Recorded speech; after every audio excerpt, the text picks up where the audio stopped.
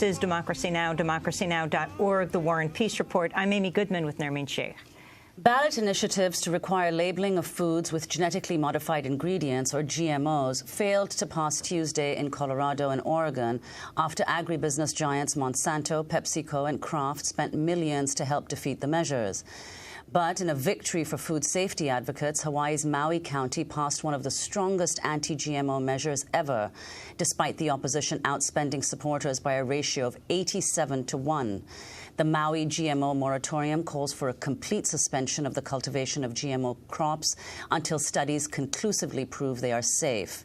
The studies will be paid for by the seed companies but administered by the county. In the weeks before the election, the anti-moratorium group, billed as Citizens Against the Maui County Farming Ban, paid for more than $1.3 million worth of TV ads statewide. In one ad, the group claimed the moratorium would cause the loss of hundreds of jobs and devastate the county's economy. This initiative truly has zero aloha. It's not just GMO. It's the mom and pop store. It's the coffee shop down the road. I don't know how people will pay their mortgages. I don't know how people will pay their bills. I don't know how people will get their medical or send their kids to school or provide clothing for them. This will affect our economy. This will affect our future. Scores of Maui residents work to counter pro-GMO propaganda with grassroots outreach to share their concerns about seed companies' farming practices. They also created their own ads seeking to debunk their opponents' claims. Aloha, Maui County. You are being misinformed by a group calling themselves the Citizens Against the Farming Ban. The GMO Initiative asked for a temporary suspension of GMO crops, while health and environmental impact studies can be conducted. There is no farming ban. This bill affects the chemical companies growing GMO. That's just 1% of all farming operations in Maui County. They paid for those ads. Maui is often called GMO Ground Zero, and the moratorium that passed Tuesday could have national implications because multinational seed producers such as Monsanto and Dow AgroSciences use the county to research and develop new seed varieties. Under the new measure, farmers who knowingly cultivate GMOs could be penalized with a $50,000 fine per day. On Wednesday, Monsanto released a statement saying it plans to ask the Maui court to declare the initiative, quote, legally flawed and not enforceable. For more, we go to Maui, where we're joined by Dr. Lorrin Pang. He served as a consultant to the World Health Organization and works for Maui's Department of Health. As a private citizen, Dr. Pang has raised concerns about the possible health and environmental risks posed by GMOs. He helped draft and submit Maui's successful GMO moratorium and initiative. And from the studios of Vermont PBS in Colchester, Vermont, we're joined by Jerry Greenfield, co-founder of Ben & Jerry's Ice Cream. The company's campaigned heavily for GMO labeling in its home state, Vermont, as well as in Oregon, where it renamed one of its ice cream flavors Food Fight Fudge Brownie. Well, Dr. Lorrin Pang and Jerry Greenfield, welcome to Democracy Now! Let's start in Hawaii, where this anti-GMO initiative actually won on Tuesday. How did it happen? What exactly does the new bill, the new initiative say, Lorrin Pang, and how did it happen? Well, how it happens was historical. I've been watching this issue for the last 12 years. 12 years ago, we began to win in court, and I guess that raised some eyebrows, and we tried to win legislatively. Over the last 12 years, we've been repeatedly not heard. The legislators in charge, whoever's committee, would send it off to other committees. We could never get a hearing on this. Nonetheless, we had a major victory about 5 years ago legislatively on the county level. The Big Island County and Maui, we blocked the genetic modification of taro, which is important culturally to the Hawaiians, in the laboratory, in the markets, and in the fields. So we tried for this one, but we knew that legislatively, legislators would not hear it. So we put it on a petition for a voters' initiative about 3 months ago, and looks like we won, barely won, a couple of days ago. Were you surprised, Dr. Pang, that the initiative actually succeeded? I've been so used to losing so many times in the legislature that, yeah, I guess it's kind of like an abused kid. You don't expect anything better. Nonetheless, this issue has moved very well over the last 12 years. 12 years ago, I could name on two hands all the people in the state who knew what GMO, genetically modified organisms, stood for. Now we have thousands of people. So it really has been a grassroots education effort. And what do you say to Monsanto, who said this is just illegal, a court's got to throw it out? And the significance of this goes way beyond Maui. As we said in the lead, this is where Monsanto and Dow, they do a lot of their seed growing. And you're saying you cannot grow GMO crops. Correct. I think we have the right as a county, a lowest level of government, to pass our own rules, to be more precautious, that we are not to be preempted in the name of precaution by the higher government, state and federal.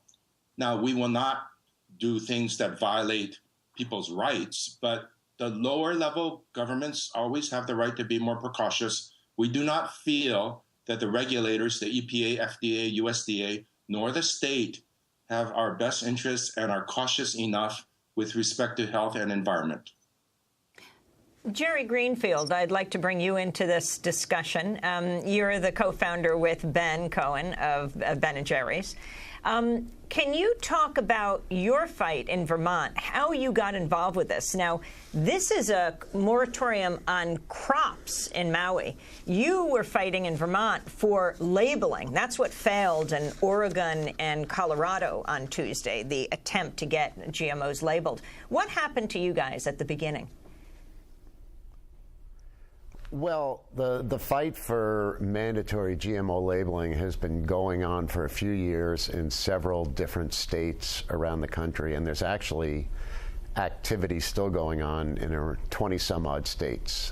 In Vermont, we went the legislative route. So Ben & Jerry's was actively involved in that, but there's a great coalition here in Vermont of nonprofit groups, the Vermont Right to Know, that was incredibly active, and it was essentially citizens getting in touch with legislators. The Vermont said it was the most phone calls and contact they got about any issue. People are really passionate about the right to know what's in their food, and that's what the issue is here, is simply about the consumer's right to know. It's about transparency and being honest, so people have the right to choose what sort of foods they want to buy and eat themselves and feed their families. At the beginning, you lost. I mean, Monsanto, explain the argument against labeling that the companies use. I mean, you weren't even saying anything should be banned, that just that people should know.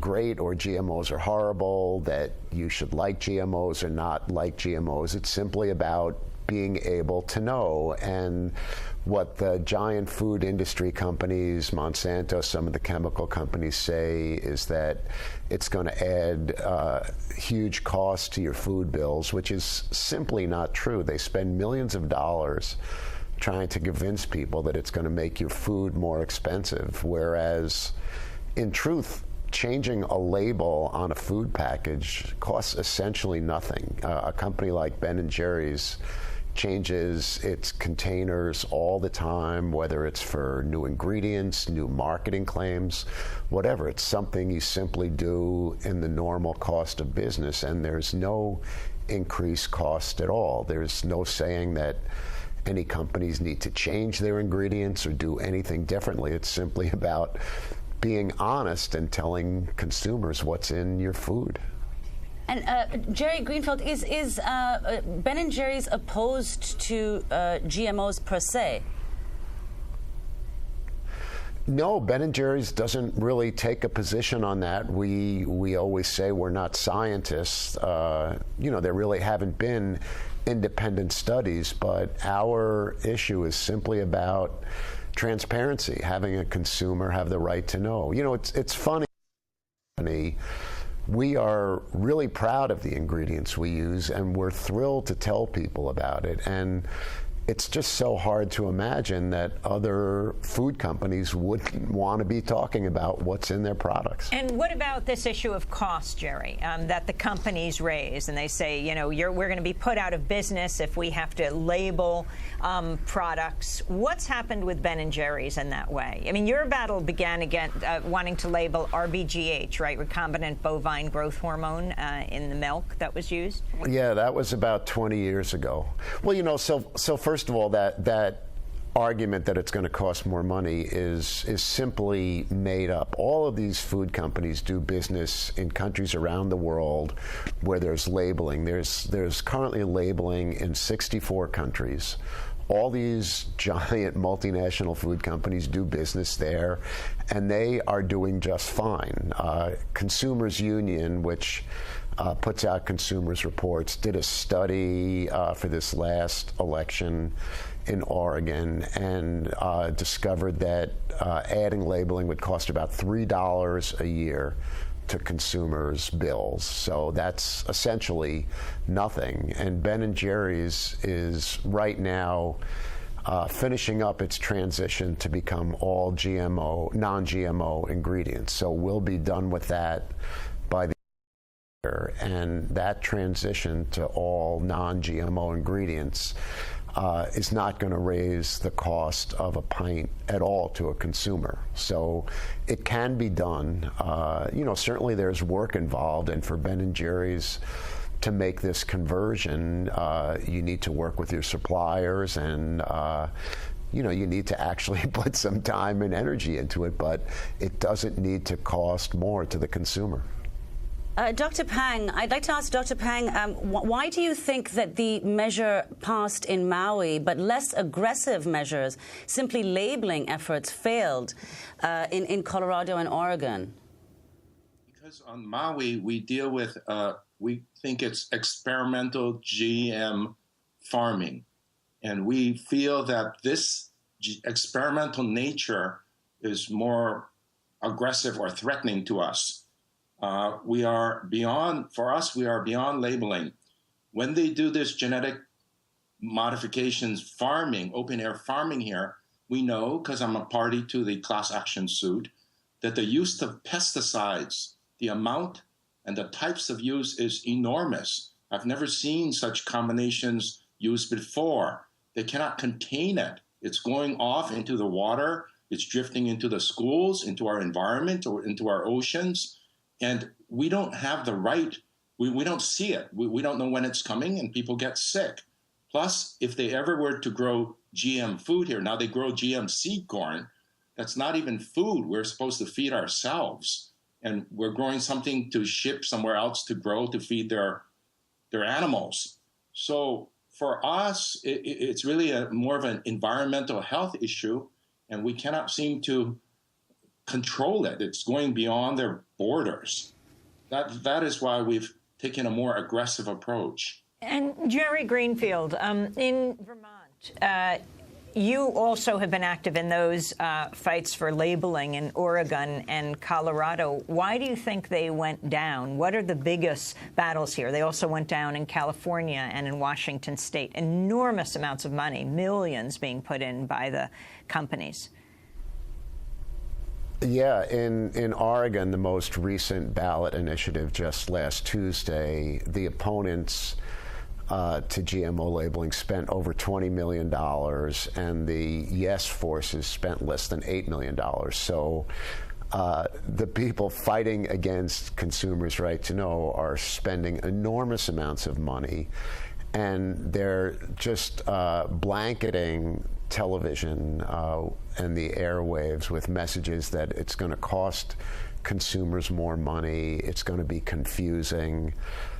They just want to put doubt into consumers' minds so that they won't take action. And unfortunately, it seems to be really effective. I mean, even in a state like Washington State, which last year had a ballot initiative that narrowly failed, where once again, the spending by the opposition far outweighed the spending for the four.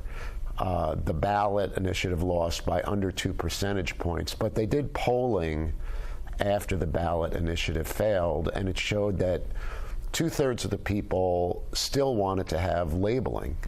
They just were convinced by all this advertising that the bill wasn't right, or seeds of doubt were sowed in their minds. But people still favor labeling. They want it. It's just that Jerry, this enormous advertising. We just have a minute, and we just came out of the most expensive midterm elections in history, right? $4 billion. Ben & Jerry's and you personally are opposed to money in politics. How do you link the whole issue of GMOs to the issue of money in politics and what's called corporate personhood, if you could explain that? Due to a couple of recent Supreme Court decisions, corporations are now considered to be expenditures for elections. And this GMO labeling is all part of the same thing. You have these unlimited corporate expenditures to try to influence elections, and it's completely undermining our democracy. Well, Jerry, I want to thank you for being with us, as well as Dr. Lorrin Pang, involved in the Maui struggle, one of 5 co-sponsors of Maui's successful GMO moratorium initiative.